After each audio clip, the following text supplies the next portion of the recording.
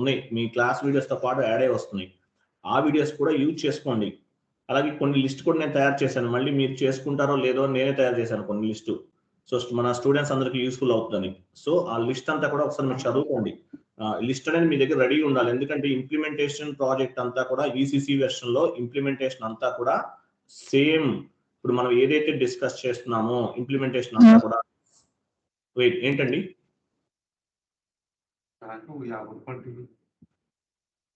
Implementation అంతా కూడా complete గా ఈసీసీ వెర్షన్ లో లేదండి, ఓన్లీ సపోర్టింగ్ లోనే ఉన్నాయి. మీకు జాబ్స్ అన్ని కూడా ఈసీసీలో జాబ్ రావాలంటే సపోర్టింగ్ లోనే వస్తుంది, ఇంప్లిమెంటేషన్ లో రాదు. ఇంప్లిమెంటేషన్ అంటే కంప్లీట్ గా మీరు S/4HANAకి వెళ్లాల్సిందే. సో ఇంప్లిమెంటేషన్ అంతా కూడా ఈసీసీ వెర్షన్ లోనే ఉంది కాబట్టి సో మీరు ఇంప్లిమెంటేషన్ పాయింట్ ఆఫ్ వ్యూలో ఎర్రర్స్ రిజల్యూషన్ అనేది మినిమం 50 ఎర్రర్స్ మీరు నేర్చుకుని ఉండాలి. సో నేను మీకు ఆల్రెడీ కొన్ని వీడియోస్ ఫార్వర్డ్ చేశానండి.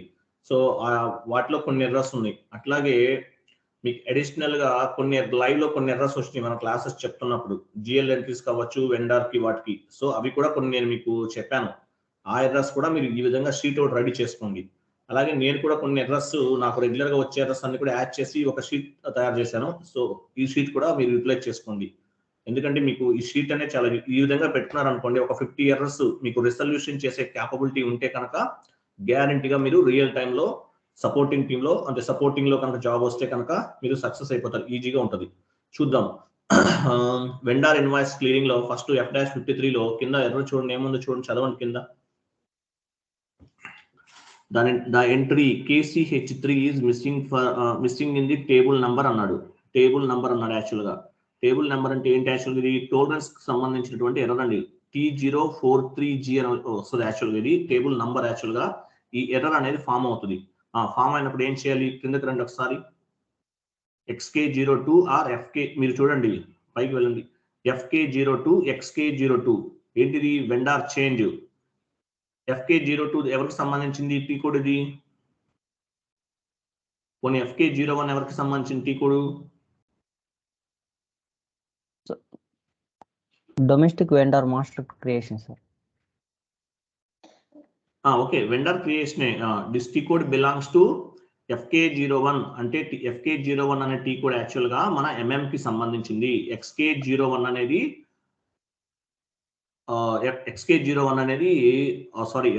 FK01 వచ్చేసి FICO కి సంబంధించింది. FK01 XK01 వచ్చేసి ఎవరికి సంబంధించింది? MM కి సంబంధించింది.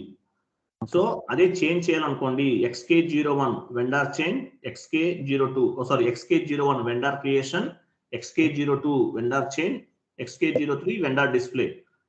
అలాగే ఇక్కడ ఏంటంటే మీకు అర్థమైందా లేదా పాయింట్? ఇది అర్థమైంది సార్. అర్థమైంది కదా?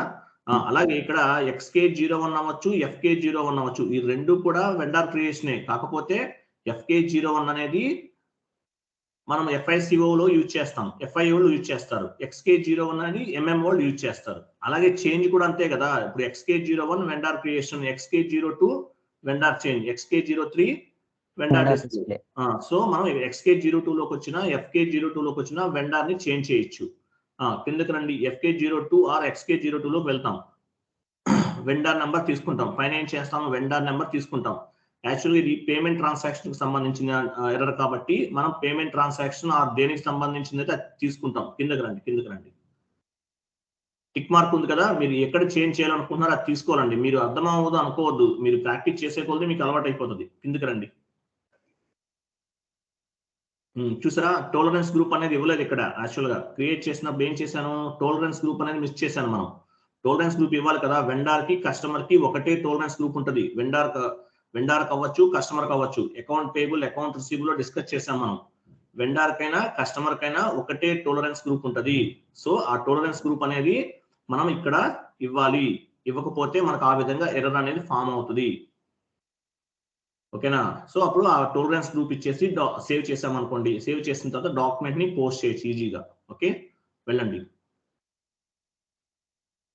నెక్స్ట్ ఏముంది? సో టోలరెన్స్ గ్రూప్ ఇవ్వాలి, సేవ్ చేయాలి. సేవ్ చేస్తే డాక్యుమెంట్ అనేది పోస్ట్ అవుతుంది. సో మీరు వెండర్ ఇన్వాయిస్ పోస్ట్ చేసినా, కస్టమర్ ఇన్వాయిస్ పోస్ట్ చేసినా మీకు అక్కడ టేబుల్ నంబర్ మిస్సింగ్ ఎర్రర్ వస్తే కనుక ఈ విధంగా టోలరెన్స్ గ్రూప్ అనేది ఇవ్వాలి. మర్చిపోతే కనుక డాక్యుమెంట్ అనేది పోస్ట్ అవ్వదు, ఇన్వాయిస్ అనేది పోస్ట్ చేయలేము మనం. ఓకే, నెక్స్ట్ ఏముంది? ఎర్రర్ నెంబర్ 2 అంట. ఇక్కడ చూడండి, ఇక్కడ ఏముంది? యాక్చువల్గా కిందకి రండి. Documents fitting error. ఇది నేను చెప్పానా మీకు? ఇది ఎర్రర్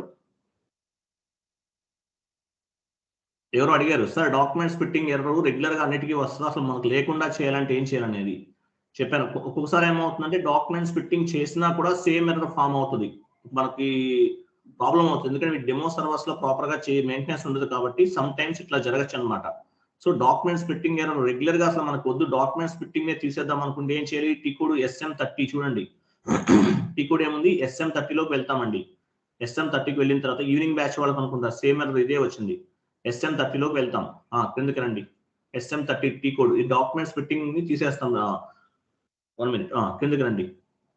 SM30 యాక్చువల్గా టేబుల్ వ్యూ చూసారా? V_FAGL_SPLIT_ACT అనేది ఇవ్వాలి. ఇచ్చిన తర్వాత ఏం చేయాలి? మెయింటైన్ పైన క్లిక్ చేయాలి. కింద క్లిక్ ఆన్ మెయింటైన్ అని చెప్పాను చూడండి. మెయింటైన్ పైన క్లిక్ చేయాలి. క్లిక్ చేసిన తర్వాత కిందకి రండి. Go to position and give company కూడా అన్నాను. కిందకి రండి. సో ఇక్కడ మీకు యాక్చువల్ ఈ స్లైడ్ లో మీకు కింద ఆప్షన్ చూపిస్తుంది. నేను కట్ చేశాను, అది టోటల్ గా లేదు. పొజిషన్ అని ఒక ఆప్షన్ చూపిస్తుంది. మనం రెగ్యులర్ గా పొజిషన్ లోకి వెళ్ళి చూస్తాం కదా. పొజిషన్ లోకి వెళ్ళిపోయిన తర్వాత కంపెనీ కోడ్ ఇవ్వాలి. పొజిషన్ లోకి వెళ్ళిన తర్వాత కంపెనీ కోడ్ ఇస్తాము. ఇన్యాక్టివ్ సెలెక్ట్ చేసుకొని సేవ్ చేస్తాం. అటువంటిప్పుడు ఇంకా ఎర్రర్ అనేది మనకు ఫామ్ అవ్వదు, ఇంకా ఎర్రర్ కనిపించింది, ఇంకా రాదు, లైఫ్ లో రాదు ఆ కంపెనీ కోడ్ పైన. అంటే ఇన్యాక్టివ్ చేసేస్తాం. డాక్యుమెంట్స్ ఫిట్టింగ్ అనేది ఇన్యాక్టివ్ అంటే మీనింగ్ ఏంటి? ఇంకా డాక్యుమెంట్స్ ఫిట్టింగ్ ఎర్రర్ అనేది చూపించదు. వెరీ రేర్ సిచ్యువేషన్ లో వస్తుంది ఎర్రర్. వస్తే కనుక మీరు ఇలా చేయండి, లేకపోతే డాక్యుమెంట్స్ ఫిట్టింగ్ చేయండి. మీకు డాక్యుమెంట్స్ ఫిట్టింగ్ అంటే ఏంటో తెలియాలి కదా. సో ఇంకా మనకి సర్వర్స్ లో ఒక్కోసారి మన డాక్యుమెంట్స్ ఫిట్ చేసినా కూడా ఎర్రర్ వస్తే కనుక ఈ విధంగా చేయండి, ఇన్యాక్టివ్ చేసేసేయండి, ఇంకా ప్రాబ్లం ఉండదు మనకి. ఓకే, వస్తేనే చేయండి, లేకపోతే చేయొద్దు. మీరు ఇన్యాక్టివ్ చేసేసారు అనుకో డాక్యుమెంట్స్ ఫిట్టింగ్స్ ఇంకా రావు మీకు. అప్పుడు మీకు ఏమవుతుంది? మళ్ళీ మీకు ఎర్రర్స్ రెసల్యూషన్ మీద నాలెడ్జ్ అనేది ఉండదండి. కాబట్టి ఇన్యాక్టివ్ చేసేయండి. అంటే రెగ్యులర్ గా సేమ్ ఎర్రర్ మీరు డాక్యుమెంట్స్ ఫిట్ చేసినా కూడా వస్తుందంటే అప్పుడు చేయండి, లేకపోతే చేయొద్దు ఈ కాన్ఫిగరేషన్. ఓకే, నెక్స్ట్ అక్కడ ఏముంది? The entry is NITT missing for the T043. Okay, ఇది కూడా సేమ్ అంతే. ఇది కస్టమర్ ఇన్వాయిస్ క్లియరింగ్ లో కస్టమర్ ఇన్వాయిస్. ఓకే, వెళ్ళండి కిందకి రండి. ఇది కూడా సేమ్ ఎర్రర్ అంతే. XK02 ఆర్ FD, ఇది రాంగ్ ఉన్నట్టుంది. XK02 ఇంకోటి ఏముంది?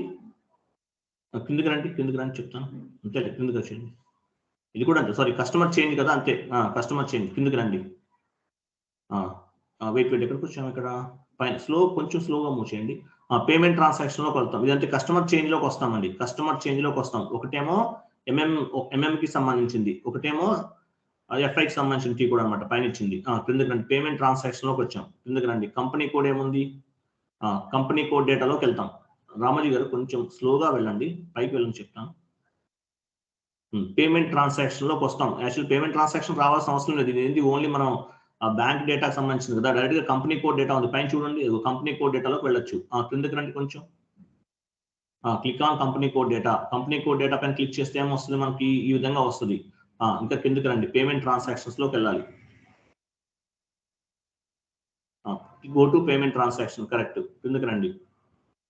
ఇక్కడ కూడా ఏం చేసాము? కస్టమర్ క్రియేట్ చేసేటప్పుడు టోలరెన్స్ గ్రూప్ అనేది మిస్ చేసాం. సో అందువల్ల మనకి సేమ్ ఇదే విధంగా వస్తుంది అనమాట. ఎర్రర్ ఫామ్ అవుతుంది, tolerance group error. So tolerance group అనేది ఇస్తాం. ఇచ్చిన తర్వాత డాక్యుమెంట్ అనేది పోస్ట్ అయిపోతుంది. ఓకే, వెళ్ళండి నెక్స్ట్. ఎర్రర్ నెంబర్ 4 F-70లో ఏం ఎర్రర్ ఫామ్, ఎర్రర్ ఏదైనా ఒక ఎర్రర్ వస్తే ఎలా ఉంటుంది? FB70 వెళ్ళండి.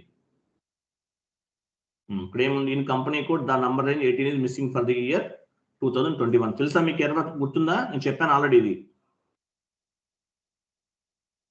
ఏంటి ఎర్రర్? ఏంటి ఎవరు చెప్తారు?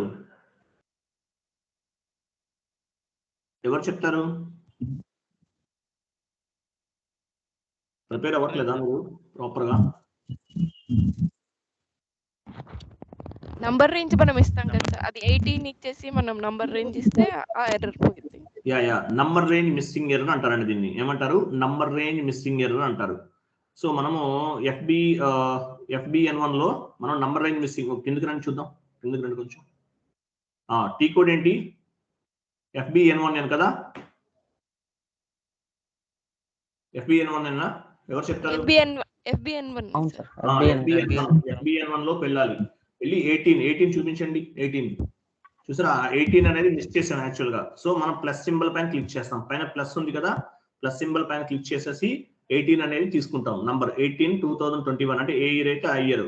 తర్వాత so number range last number range నుంచి అంటే లాస్ట్ నెంబర్ అంటే మనకి యాక్చువల్గా కంప్లీట్ అయిపోయిన నెంబర్ రేంజ్ ఇవ్వకూడదండి. ఇప్పుడు 3000 వరకు కంప్లీట్ అయిపోయింది, 3001 నుంచి తీసుకోవాలి. లేకపోతే ఏమవుతుంది, ఇంటర్వెల్ ఓవర్లాప్ అవుతుంది. ఓవర్లాప్ అవ్వకుండా చూసుకోవాలి. చూసుకుని మనం ఇది చేసేస్తాం అన్నమాట. చేసేసి నెంబర్ రేంజ్ ఇచ్చేసి సేవ్ చేసేస్తాం. సేవ్ చేసి డాక్యుమెంట్ ని పోస్ట్ చేస్తాం. ఎందుకు రండి ఎర్రర్ నెంబర్ 5 స్టాండర్డ్ క్లియరింగ్ చూద్దాం. స్టాండర్డ్ క్లియరింగ్ లో ఏమని చూద్దాం. ఇక్కడ కూడా ఒక ఎర్రర్ ఫామ్ అయింది ఏదో. ఇది కంపెనీ కోడ్ ఇది కూడా సేమ్ అంటే ఇది సేమ్ ఇది కూడా నంబర్ రేంజ్ ఎర్రర్ 14 అనేది మిస్ అయింది అనమాట.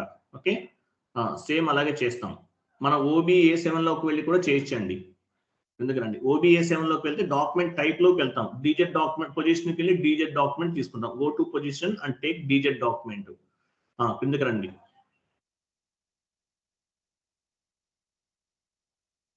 డీజెడ్ డాక్యుమెంట్ తీసుకుంటాం. కిందకి రండి. నంబర్ రేంజ్ ఇన్ఫర్మేషన్ పైన క్లిక్ చేస్తాం. నెక్స్ట్ కంపెనీ కోడ్ ఇస్తాము. ఇంటర్వెల్ పైన క్లిక్ చేస్తాము. Insert line item. Plus symbol అంటే మీనింగ్ ఏంటి, ఇన్సెట్ లైన్ అనమాట. కిందకు వచ్చేయండి. సో నంబర్ రేంజ్ ఏదైతే మిస్ అయ్యామో 14 అయితే 14 ఏదైతే అది తీసుకుంటాం. అది తీసుకుని మనం సేవ్ చేసేస్తాం. ఎర్రర్ నెంబర్ 6 ఒక ఎర్రర్ మీరు చేయాలి మీరు ఓన్ గానే చెప్తాను ఏంటనేది. లాస్ట్ లో మీరు ఉంటుందో చేయండి అది ఏంటనేది. ఇక్కడ ఏముంది, document splitting for the year. Document splitting SM30లోకి వెళ్ళి చేశాం కదా, ఆల్రెడీ చెప్పాను. సేమ్ ఎర్రర్ అండి. డాక్యుమెంట్ స్ప్లిట్టింగ్ ని డియాక్టివేట్ చేసేస్తాం. కిందకి వచ్చేయండి. ఇది అవసరం లేదు. దీని తర్వాత ఏముంది చూడండి. FB60లో చూద్దాం. ఒకటి మీరు చేయండి లాస్ట్ లో. ఇది ఒకటే అనుకుంటే లాస్ట్ లో ఉంది. Global company code is not supported అంట. ఈ ఎర్రర్ నేను చెప్పను యాక్చువల్గా, ఎందుకంటే ఇది చెప్తే మళ్ళీ ఎవరైనా ఎక్స్పెరిమెంట్ చేస్తారు. వద్దులే, ఇది అవసరం లేదు. నాట్ రిక్వైర్డ్ నేను చెప్తాను తర్వాత. ఇది ఏం అవసరం లేదు. మీకు ఆ ఎర్రర్ వచ్చినప్పుడు నేను చెప్తాను. Error number 17. ఇది ఒకటి మీరు ఏంటో ఒకసారి చూడండి అంతే, ఇంకేం లేదు. లాస్ట్ లో చదవండి ఇది ఏంటనేది. Error number 17. ఈ ఎర్రర్ వస్తే ఎట్లా చేయాలని రిజల్యూషన్ అనేది మీరు ఒకసారి ఈ ఎర్రర్ బేస్ గా చేసుకుని రిజల్యూషన్ అనేది మీరు చాట్ బాక్స్ లో పోస్ట్ చేయండి ఎలా చేయాలి అనేది. ఓకే ఇది లాస్ట్ 7th ఎర్రర్ అనేది లాస్ట్ నెంబర్. ఏ ఇన్వాయిస్ పోస్ట్ చేసినప్పుడు వస్తుంది ఏంటి, ఇది వెండర్ ఇన్వాయిస్ పోస్ట్ చేసినప్పుడు వస్తుంది ఏంటి, ఎలా వస్తుంది ఏంటి అనేది చెక్ చేసి account number account group 0001 is not supported in table అన్నాడు. సో ఈ ఎర్రర్ ఎట్లా రిజల్యూషన్ చేయాలనేది మీరు ఓన్గా నెట్ లో వెతకండి. మీకు వర్క్ అనమాట, ఇది హోంవర్క్ అనుకోండి. ఓకే రైట్ అయిపోయింది. ఇంకేం లేదు చూపించదు, అది క్లోజ్ చేసేయండి అది. సో సొల్యూషన్ కూడా ఉంది ఇమేజ్ లో, మీరు నెట్ లో వెతికి అది ఎలా చేయాలనేది మీరు ఓన్ గా నేర్చుకోండి. ఎర్రర్స్ రిజల్యూషన్ మీరు ఓన్ గా చేయాలండి. ఓన్ గా చేసే క్యాపబిలిటీ ఉండాలి. నేను ఆల్మోస్ట్ ఇప్పటి వరకు ఒక 15 ఎర్రర్స్ అన్న చెప్పుకున్నాం మనం. అంటే లైవ్ లో వచ్చినవి కానీ లేకపోతే స్లైడ్స్ లో చూపించినవి కానీ ఒక 15 చెప్పుకుని ఉంటామా? వచ్చింటాయి సార్ మాక్సిమం 15 to 20 వచ్చి ఉండొచ్చు మేబీ. అలాగే మీకు వీడియోస్ కూడా కొన్ని ఫార్వర్డ్ చేశాను. అలాగే మీకు కొత్త ఎర్రర్ ఏది ఫామ్ అయినా సరే ఆ ఎర్రర్స్ అన్ని కూడా మీరు ఈ విధంగా షీట్ తయారు చేసుకోండి, లేకపోతే వీడియోస్ అన్న డౌన్లోడ్ చేసుకోండి. అవి మీకు రియల్ టైమ్ లో యూజ్ అవుతుంది. Okay right. సో ఇది ఈరోజు సెషన్ అండి. రేపు మనము రివిజన్ చేసేద్దాం. రివిజన్ అయిపోతే నెక్స్ట్ ఇంకా అడ్వాన్స్డ్ గా వెళ్దామండి. ఓకే ఇంకా థియరిటికల్ సెషన్స్ చెప్పాలి మీకు, చూద్దాం టైంని బట్టి అడ్జస్ట్ చేసుకుని చెప్దాం. ఓకేనా? చెప్పండి. డాక్యుమెంట్స్ పెట్టింగ్ నాకు వెండర్ ఇన్వాయిస్ పోస్ట్ చేసేటప్పుడు డాక్యుమెంట్స్ పెట్టింగ్ ఎర్రర్ వచ్చింది కదా సార్, మనకి క్లాస్ జరిగినప్పుడు. నాకు రావట్లేదు సార్, అలా ఇన్వాయిస్ పోస్ట్ అయిపోయింది. కొన్ని సర్వర్స్ లో రావండి. రాకపోతే ఏమైంది, అందరికీ రాదు. సేమ్ ఎర్రర్ ప్రతి ఒక్కరికి రావాలని లేదండి. కొంతమందికి వస్తుంది, కొంతమందికి రాదు అది. Okay sir, thanks.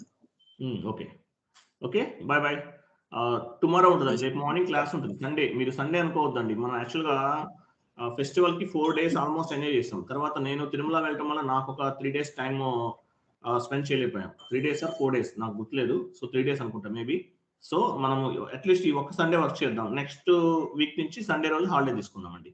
Okay thank you, bye, good day. Bye sir.